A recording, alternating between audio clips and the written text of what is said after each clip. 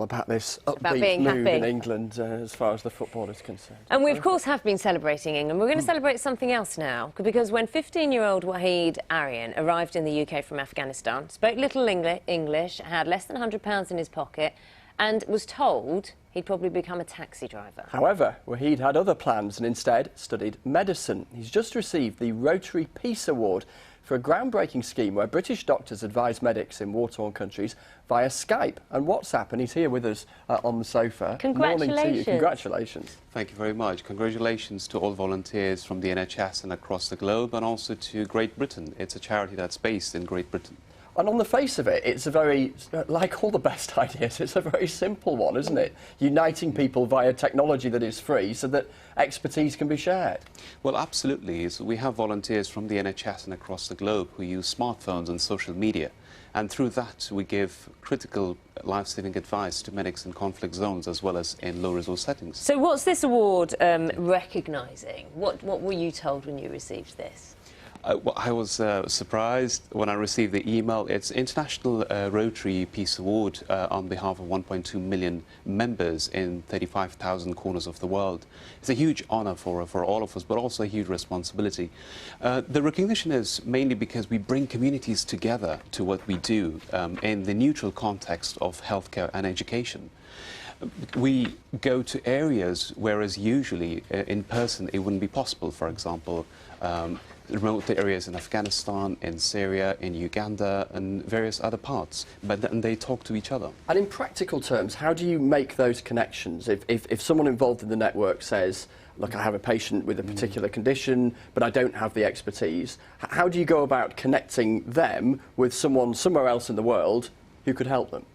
Simply, they just send a request either by text, by phone call or a video call to one of our coordinators, and the coordinator summarises that case, sends it to one of the specialists across the globe, from the NHS mainly. And can that happen quite quickly? I wonder how long the time lag is between someone saying, I could do with some expertise, and that expertise being available on a smartphone.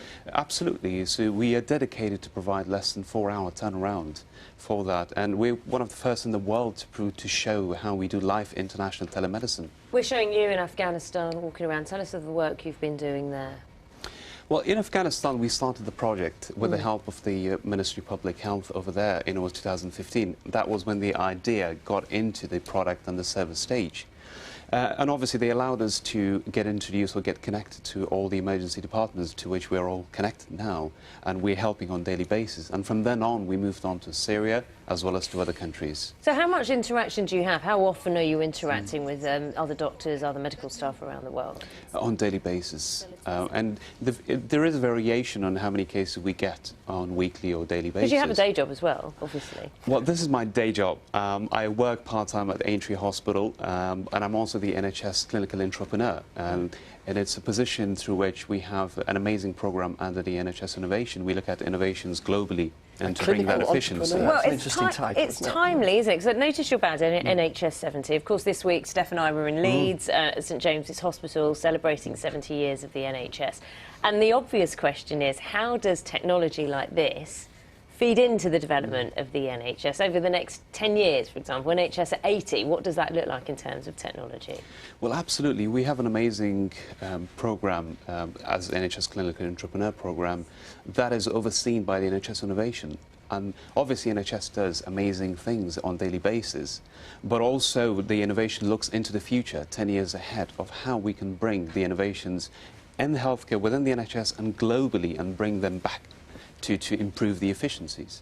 What would you say to a viewer who might say that the focus should be more on patients who are here? There's an obviously laudable helping out those surgeons elsewhere around the world who might rely on your expertise, but at a time where we hear so many debates around NHS resources, how do you answer a critic who might say, shouldn't the focus be on patients in Britain? That's a very good question. We actually, in the first place, raise the morale of your junior doctors. And that's a critical point that we do through this programme. Secondly, we support Health Education England, volunteers who go abroad. We give them education in the background and supervise and through our specialists. And obviously, thirdly, we look at the global health and innovation to see how we can improve the NHS, looking at global health elsewhere. Dr. Waheed Arian, congratulations. Thank you very much for coming in. And thank you for having me. Well done.